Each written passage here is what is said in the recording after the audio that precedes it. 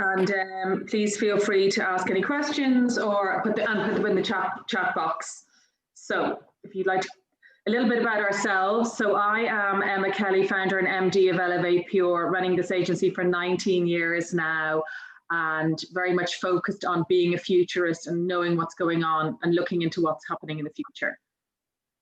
Hi everyone, thanks for joining us today. I am Claire Feely, Director of Client Services at Elevate, and I've been working here for 16 years.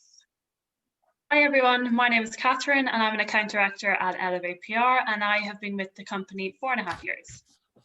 Hi everyone, I'm Una. I'm also an Account Director here at Elevate, and I have been with Elevate for 5 years. So that's my leadership team there we're introducing to you, and a little bit about our agency. Elevate PR is a creative brand connecting agency. So that's what we do. We connect brands to their consumers in a creative way. We're connected to culture, media and influencers. And some of you might have been to the House of Peroni that we took care of for the last 5 years.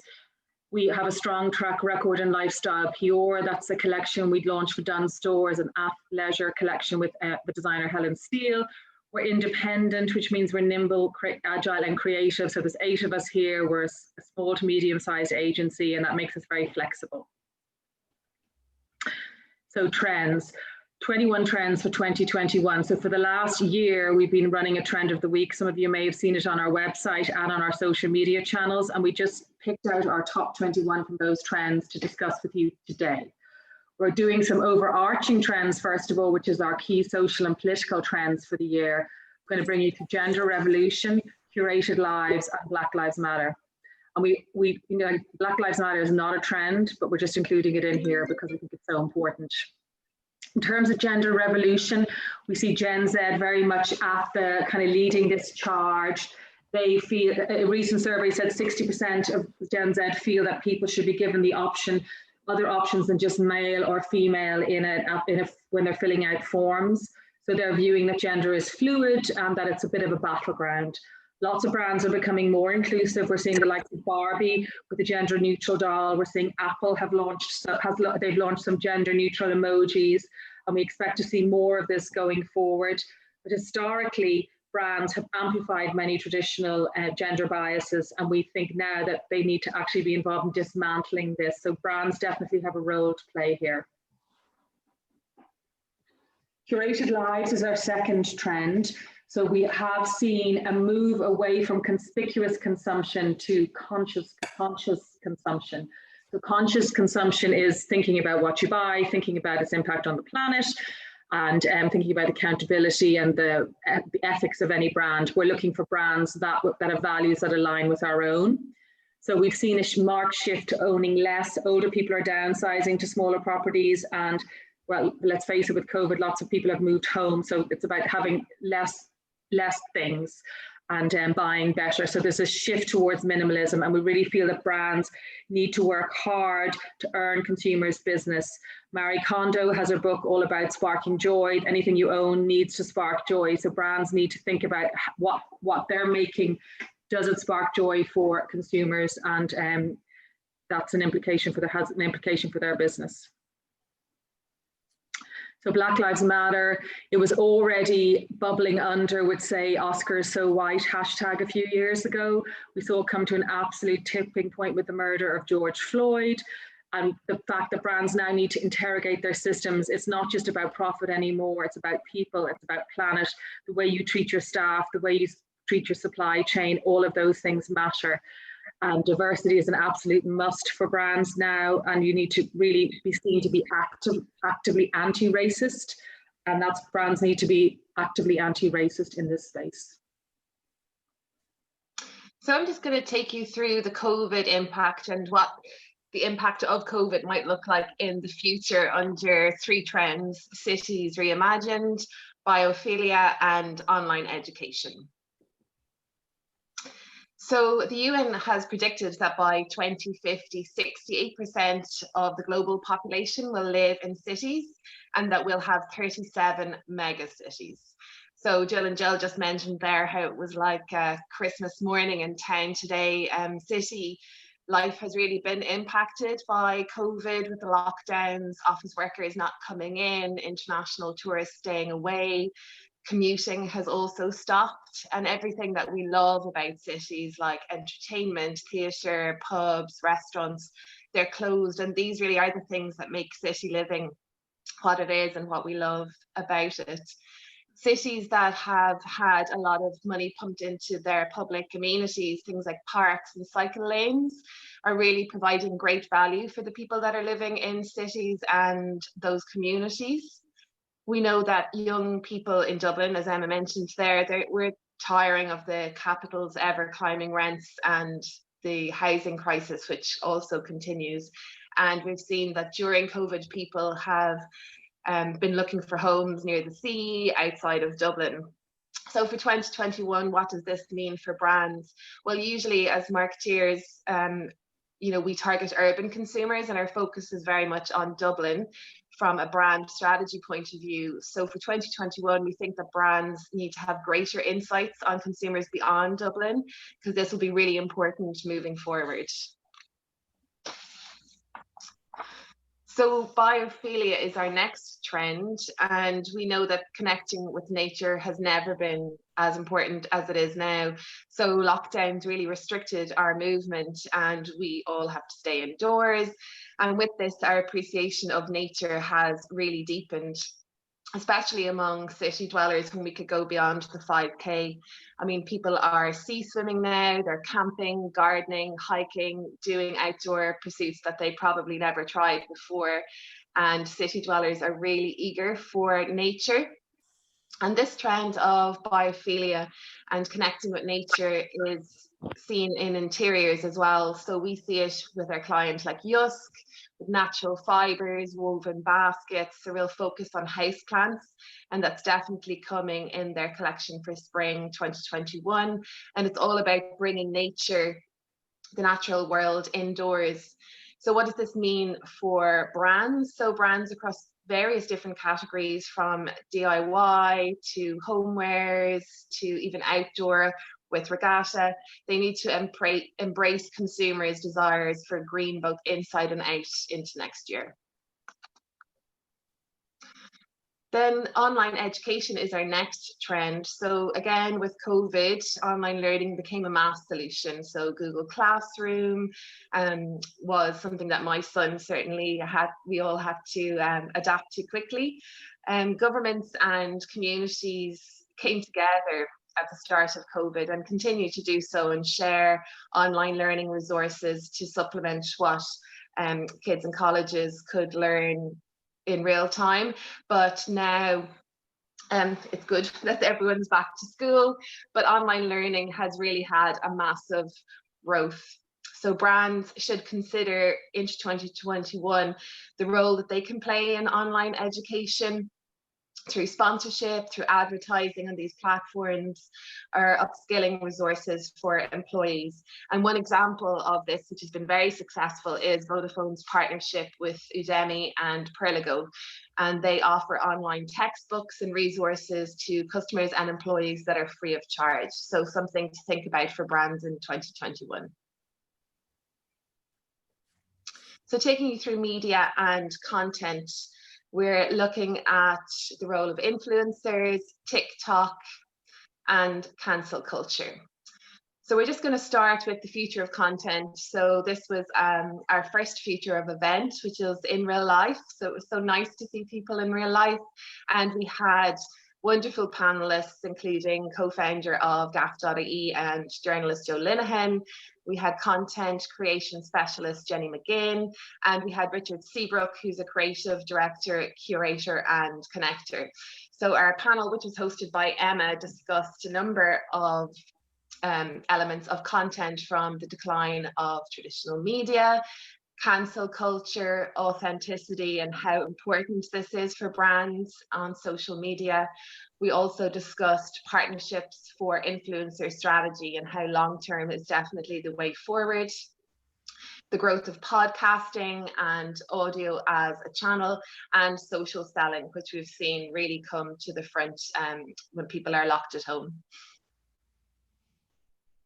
So looking at influencers as our first trend in this sector. So last year it was reported that the influencer industry globally was worth 6.5 billion, which is a massive number. And nearly half of marketers directed 20% or more of their budget towards influencer posts.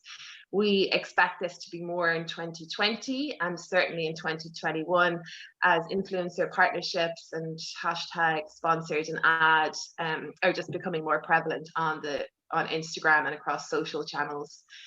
Influencers had to reinvent themselves during COVID. Many who were travel Instagrammers turned to growing tomatoes on their balcony, so swapping that for their passports. Fashion influencers swapped their dresses and heels for loungewear hauls. And we see this year and going into 2021 that many influencers will broaden their content offerings. So we've already seen cooking demos, book and TV film reviews, and skincare regimes. But they'll continue to broaden their offering. And interestingly, Kantar data suggests that engagement is up 61% from normal levels so far, and we think that will increase into next year.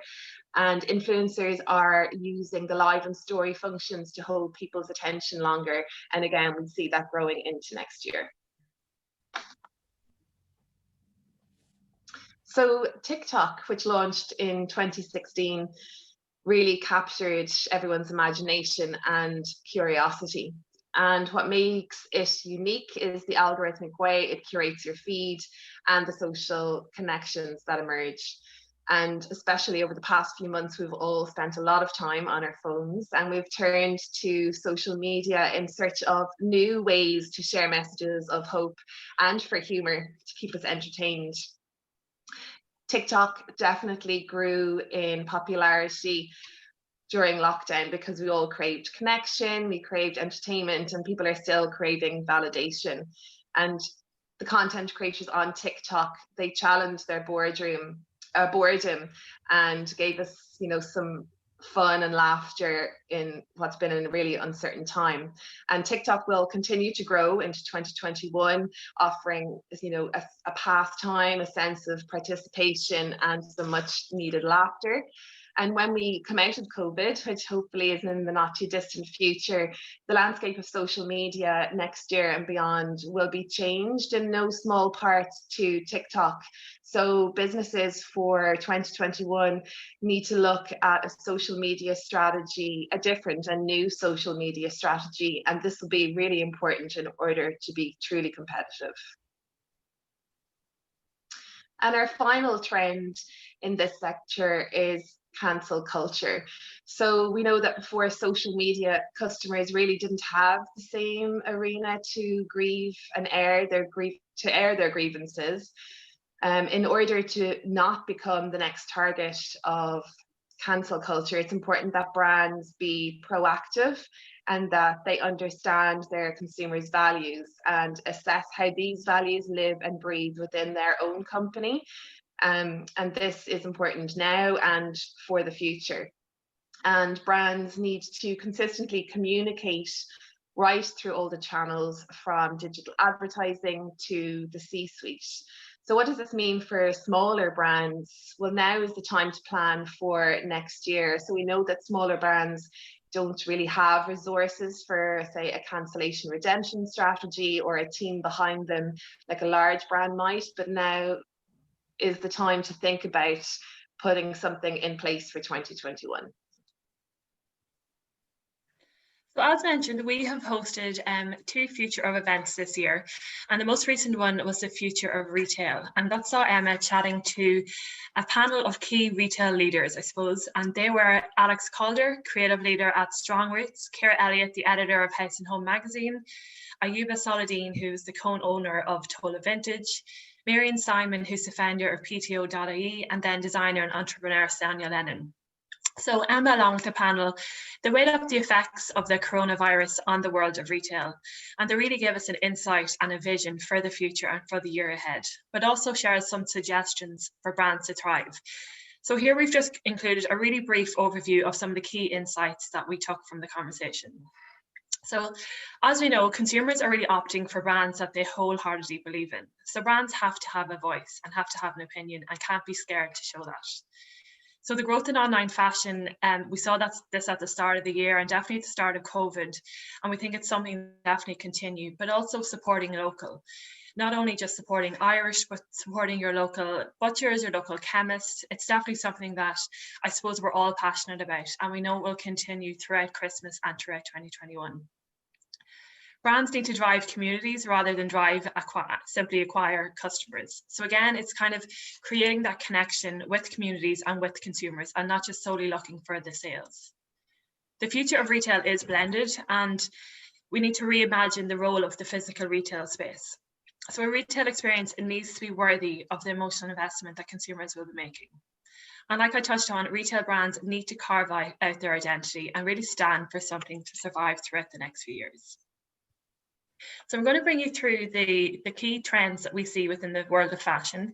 So they are body inclusivity, circular fashion, and then fast fashion reckoning. So the first is body inclusivity. I suppose today body positivity really has become part of a staple of social conscious marketing. And this is because consumers are growing increasingly fed up of seeing Photoshop models setting unrealistic beauty standards. So consumers have started to speak out.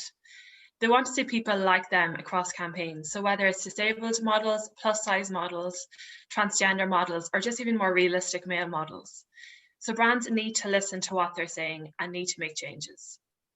There's been some key personalities across the world of entertainment and fashion that really are very passionate about body inclusivity. And some of them are Jameela Jamil, who's a UK actress, and she has developed the I Weigh movement or community, and it's really gathered a huge amount of momentum. And then there's the likes of Lizzo, who I'm sure we all love. She has created her self-love message, and it's really resonated with not only her followers, but also millions worldwide. So brands cannot ask their consumers to carry the mantle of body positivity on their own. Luckily now we have progressed since the days when Karl Lagerfeld told us that curvy models don't belong on the runway, which is ridiculous. But to continue this movement, brands must take radical efforts to be body inclusive, and they must represent a broader range of bodies, as the appetite of self-acceptance really is growing among consumers. So brands need to be part of the positive change within 2021 and moving forward. Now, next I'll bring you through circular fashion. I suppose the climate crisis has been knocking on our doors for many years now, but at the moment, fashion really is feeling the heat. The industry must reevaluate its impact on several levels. So keeping clothing out of landfills is one outcome of circular fashion.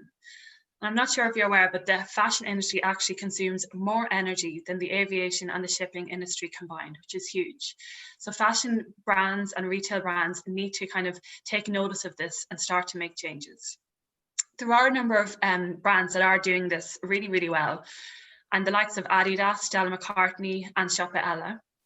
And we actually really loved H&M and that they've pledged to be climate positive by 2040. And their most recent campaign is that they're offering store credit for used clothing in any condition that it brought to their stores through recycling. So fast fashion is under the harshest scrutiny it's ever faced. And we think there's a sign of what's to come for all industries in the next few years. So over the next decade, we can expect circular fashion to be steadily adopted as the industry model. So next is fast fashion reckoning. So consumers have been dialing up their scrutiny of the fast fashion industry for years. We know that. And like I said, there is an impending climate crisis. But the sustainable nature of supply chains have come into question. Like we touched on, there are some big players in this industry, like I mentioned, H&M, but also Zara. They've been making sweeping commitments to environmentally conscious business reforms, which is great. A widespread social media campaign started by Aisha Barenblatt urged brands to hashtag pop-up. And we see this as a key trend for 2021. Activists and consumers are just going to continue with that passion. COVID has exposed the vast inequalities in our society, but also within the industry. And we know, oh, sorry, I thought someone was asking a question. And we know there's a great example as this is Boohoo boycott, which outraged many people. So brands have a collective responsibility to proactively do better, especially in the year coming ahead. So now I'm going to bring you through the 3 trends that we see for interiors. So they are indoor jungles, tablescaping, and then home DIY. So indoor jungle. It's no surprise that this is on our list, because I think if you go into any interior brand on the high street, there are a number of houseplant collections and ranges from different prices. So it really is a thriving market. And the reason behind this is the population of cities are growing and that young people are renting for longer. So we've kind of referred to them as the houseplant market, which is really, really thriving. Amongst the backdrop of a climate crisis, climate change that I've touched on, the houseplants can reduce some of the eco-anxiety that young people are grappling with. And the Royal Horticultural Society has actually reported 50% growth in houseplant sales. I suppose it's traditionally meant to be synonymous with millennials, but I think definitely since COVID and since the increase in Zoom calls, that, you know, it's synonymous with every household now in Ireland, whether it's in the back and behind, you know, in the Zoom calls or an Instagram post or in a local coffee shop or hotel. There are a number of stylish millennial-centric brands that we think are really emerging with this demand and this trend. The Sill believes that plants make people happy, and they want to make indoor gardening as seamless as possible. Then there's London-based online brand Patch, and they offer a wide selection of trending houseplants. And then even Dermot Gavin, who launched his Outer Spaces in Dublin last year. He launched it with Dunnes Stores, and it was initially meant to be a pop-up venture, but it actually shows no sign of going anytime soon, which we think is similar to this trend. We think it will continue throughout 2021. So then tablescaping, as it says, as its name implies, it's not just like about, you know, setting the table. It involves a lot more than that. And the trend isn't new, we understand that, but it has been accelerated by the visual medium of Instagram. There are a number of influencers and designers who have built a reputation for tablescaping on Instagram, such as Fiona Leahy or Mrs. Alice, who've actually launched a tablescape in a box initiative, which we really love. Then there's brands like Lay London or Social Studies or A Table Story that offer a wide range of inspiration and rental styles for consumers to choose from. So the rise of tablescaping is a trend which is good news for brands in the home space, and one that our client Yusk has kind of been adapting to and has a tablescaping collection. And it's definitely one to watch for the year ahead. Also, it's kind of another manifestation of the lockdown inspired move that Claire has touched on. It seems to be part of a larger counter trend as well, so that minimalism, which has kind of been popular for years. So at the heart of it, tablescaping is hopeful. It's all about hope. So we think this is going to continue next year, because I suppose we all need a bit of hope. And people are just getting creative, hauling out the good plates and seizing the opportunity to celebrate. And finally, I'll take you through home DIY. I suppose we all understand that we have been spending a ridiculous amount of time at our homes, and it only feels natural that we would like and look for ways to make our environment more pleasant. Home DIY has grown exceptionally since the start of the pandemic. And again, it's that reason, because we're spending 24 hours in our homes, that we want to feel pride and feel proud of our home. But also, thanks to Zoom, people are getting a greater insight into people's living spaces. The average DIY transaction value is actually much higher, and people are buying in bulk and in larger quantities. Pinterest, who we know is a home inspiration central category, has really reported some of the highest site traffic in their company's history. So brands for the year ahead really need to observe the social channels and observe what home project consumers are sharing to adapt their campaigns and their ideas to appeal to consumers. Hi everyone.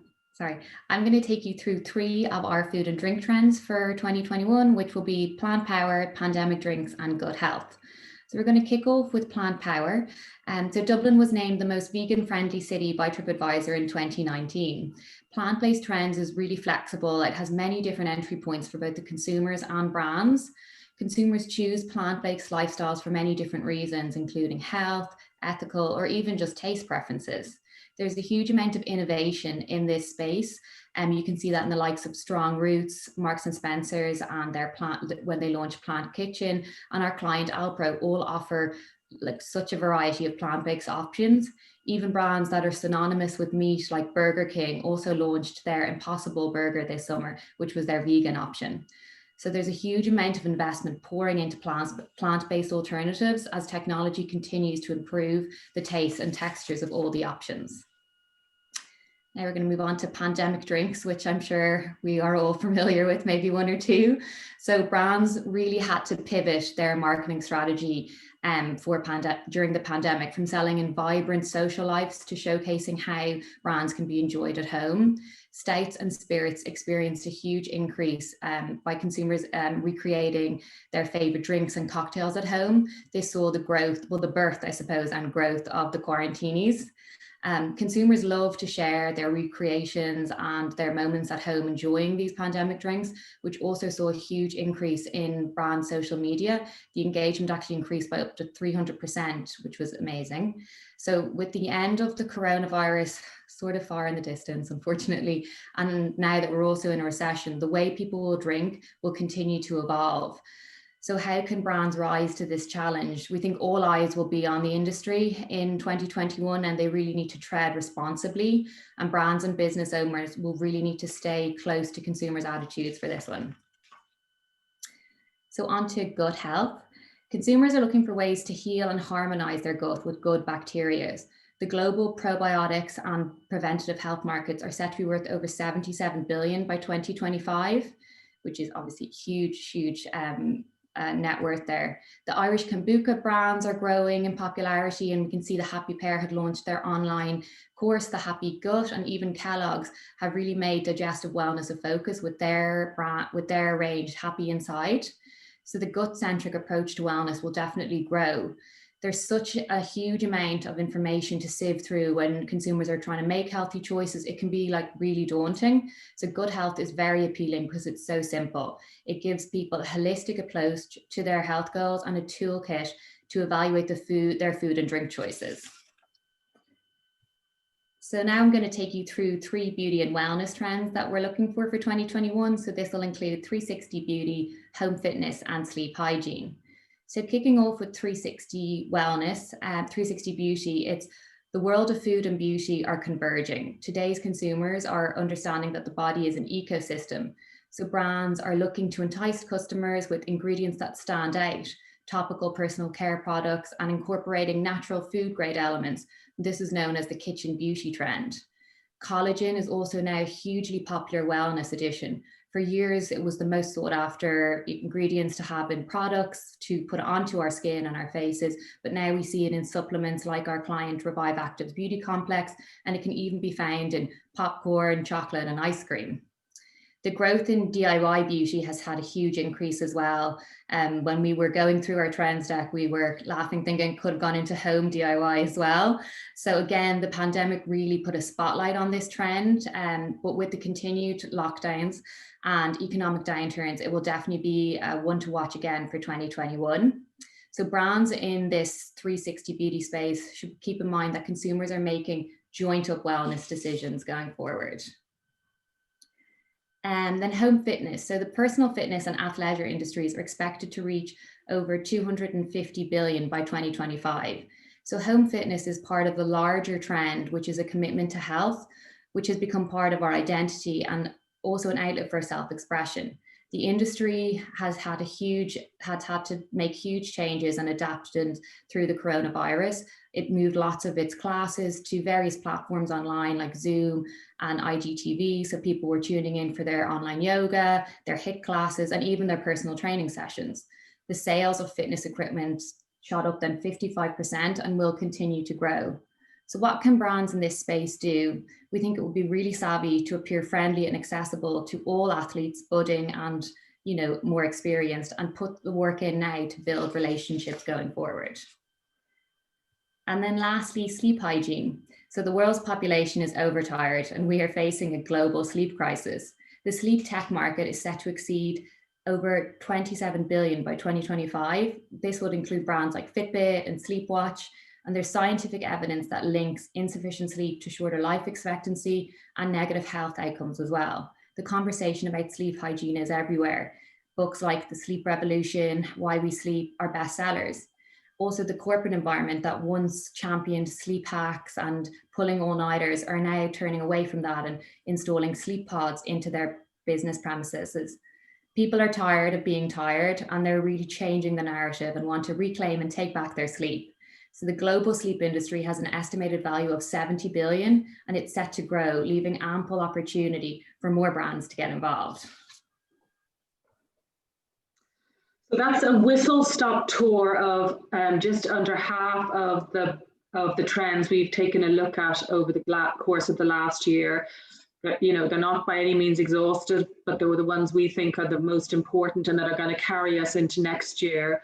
We do have another Future of event coming up. This time we're going to take a look at the future of beauty and personal care as a webinar, and that will be next month on Tuesday, the 1st of December at 12 noon. We've put together a good panel for that, and we'll be sending out information. We ask you to keep an eye on our social media and our website for the detail on that.